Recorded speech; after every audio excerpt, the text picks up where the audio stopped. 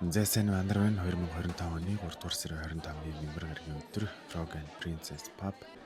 За саяны пабд бид нэр солихоор авцсан үлдээгээд Парис хотын төвөргөх шөнийн бүлтэндээ гарцгааж байгаа. За энэ бүлт ерөөдөө нэг 8 цагаас орой 10 цаг хүртэл үргэлжилдэг. Гэхдээ өнөөдөр би 1 цагийн гүйл тэгэхээр төлөвлөсөн. За ингээд гүндө зогсож байна.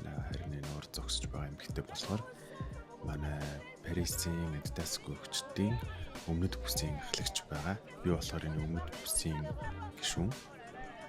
Adidas гүрэгчд нь болохоор Парис хотод өмнөд, хойд, баруун, зүүн, төвийн гэсэн 5 бүсэд хуваагдаж 7 хоногийн даваагаас мегмар гараг буюу өдөр болгон бэлтгэл хийдэг. Зарим өдөр мөр 2 бэлтгэл хийдэг. Өглөөний йогатай, оройн гүйлттэй гэдэг ч юм уу. Би болохоор энэ Парисын гүгчдтэйгээ 7 хоногт нэг 2 удаа бэлтгэл хийхийг хичээдэг.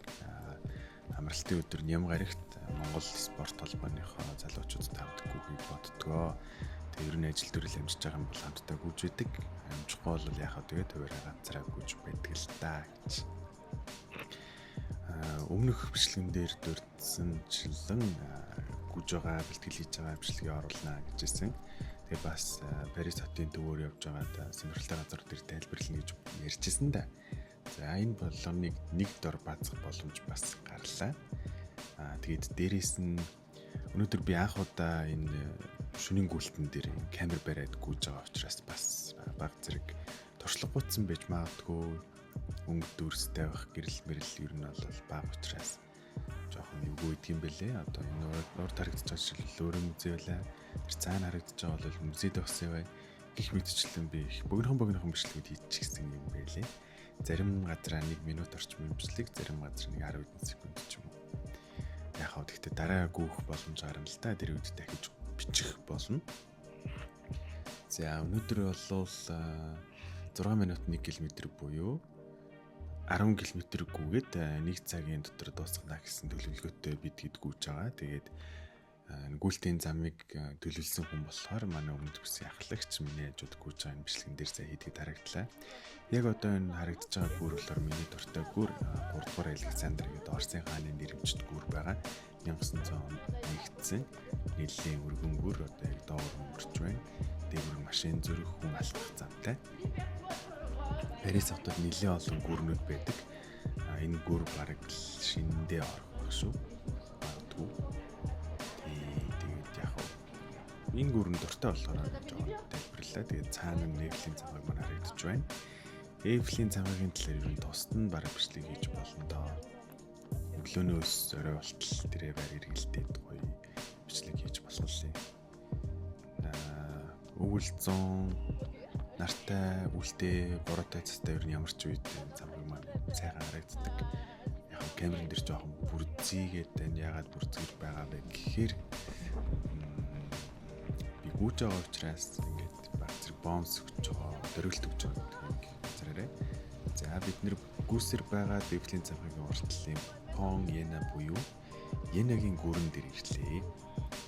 Энэ гүрэн дээр замын хоёр талаар нь машин яваад дундуур нь болохоор жуулчид болон ер нь иргэдтэй зөв явах боломжтой бүс байгаа. Бид нар бас дурсгалын зургийг дараалах гээд зөвлөж байна.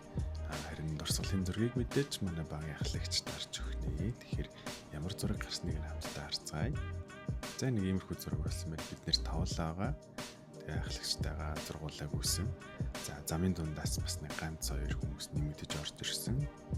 Тодорхой шалтгааны улмаас за энэ бичлэгний дараа бөөндөө дахиад 1 км гарна цаашаа гүгээд Сена мөрнийхөө нөгөө талаар нь буюу одоо баруун эргээр нь дагаад буцаж анх эхэлсэн газар руу очих байгаа. За Эйфелийн цамхаг маань гэдэг ялалцж л байна да. Окей. Тэгэхээр энд гүйж байгаа болохоор бас л гүүр Сена мөрнөө давах гад гүйж байна. Тэгээд манай багийн ахлагч чи зөндөө бичлэг хийгээд байгаа юм чинь би чиний бичлэгийг чинь хийж өгөх үү гэд бичиж өгч байгаа. Би тэгээд Эйфелийн цамхагт анх удаа бичлэг хийлгэж байгаа учраас тэгээд гүйж байхдаа ийм бичлэг хийлгэж байгаа учраас маш их баярлсан. Тэгэд баярлаа гэдгийг илэрхийлж байна. Тэгээд болсноо гэсэн чинь өө чи гүйж хойноос чи бичиж өгье гэд миний гүйж байгааг бичсэн. Тэгээд анх удаа хойноосоо ингэж бичүүлээд гүйж байгаа учраас жоохон сандарсан, мангар харагдчихж магадгүй. Гэхдээ ямар амаах вэ? Тэгээд дараа нь гоё харагдах бэлгүй гэдэг шиг. За ингээд гүрээд авчихлаа. Эргээд баруун эрэг дагаж гүйх болно. Дөнгөж нэг 6 км орчим гүйж байгаа баха миний бодлоор. Цаашаа дахиад нэлээд урт зам байгаа. Хамт гүйж байгаа хүмүүс төр заримыг нь танин, заримыг нь их сайн танихгүй анх удаа ирсэн хүмүүс бас байгаа. Тэгээд энэ Adidas клуб бол ерөнхийдөө нээлттэй байдаг. Монголд гүйдэг хүмүүс ч гэсэн Adidas Running гэдэг аппликейшнийг их ашигладаг юм байлээ. Би нэлийн өдөн хүмүүстэй бас дагалцаж болдог бие бинийгээ. За сая миний бичлэгийг хийж өгсөн учраас би жоохон баярлаад хамт гүйж байгаа эдийн бичлэгийг урд хойноос нь хажуунаас нэлийн бичлээ. Тэгээд яг уу бас хөнгөн темптэй гүйжсэн болохоор тэгээд наан цаан ороод явхад бол нэг асуудал байгаагүй л дээ. За ингээд Сена мөрнийхөө эргийг дагаж хүмүүсээр л байна. Тийм. Гүйж явахдаа юуны талаар боддог вэ гэж хүмүүс асууж ирсэн. Гүйж явахдаа ер нь бол нэг юм боддгоо. Одоо жишээлбэл хэдэн километр гүйч үү, хэдэн цаг гүйч үү, ер нь юу болж байна, миний бие яаж мэдхгүй. Нэг тиймэрхүү юм боддгоо. Зүгээр л эргэн тойронд байгаа юмнуудыг хараад энэ ямар гоё одоо байшин бэ? Энэ ямар гоё гудамж вэ? Эсвэл юу ч үгүй тийм модон дотор гүйж байгаа бол энэ ямар сони юм бэ гэж эргэн тойрны ер нь ажиглалцъя гэж явах юм бол зүгээр байдаг. Ганцаараа гүйж байгаа үедээ подкаст сонсдог ч юм уу эсвэл өөрийнхөө дуртай дууны листийг тавиад тохиолдол байна. Тэмцээнд орж байгаа үед нэг тийм урам зориг өгдөг гой гой дуунууд байдаг штеп. Гайгүй темптэй. Тэгээ яг темптэй дуунууд миний гүйж байгаа цагтай таарахаар одоо хэмнэлтэй байх юм бол надад бас илүү дэм өгдөг юм шиг санагддаг. Тэгээ ер нь бол нэг юм боддгоо дээ. Тэгээ бараг л гүйж явахдаа бяцлал хийчихдэг юм байна. Тэгээ гүйж явах үед адреналин нэлээд ихсдэг учраас яг их өвдөлт мэдрэхгүй тэгээд ядарч исэн ч гэсэн их ядрахаа мэдрэхгүй болчдөг. Тэгээ дээрээс нь их тийм сэтгэл санаа гоё болно. Гүйж дуусны дараа нэг хэсэг хугацаанд хэр кайфтай байдаг. Тэгэхээр зүйлсээс болоод гүйгчнэр гүйлтэндээ донтдог гэж магадгүй. Эхний ээлжинд хүмүүс нэг 500 м ч юм уу, километр 2 км гүйхэд л ядарлаа, өвдөж гин, хөл өвдөж гин, эсвэл уушиг хатгаж гин, бөөр хатгаж гин гэдэг ч юм уу. Ингээд янз бүрийн хүчин нэрлдэг. Гэхдээ миний бодлоор энэ болгоно нэг амьсгалын техник, гүйлтийн арга барил те техник буруу байгаагаас болоод энэ хүчин мэдэрдэг юм болов уу гэж бодож байгаа. Туршлагаас харахад. За ингээд бид ерөөхдөө бол хөнгөн шогшиж байна.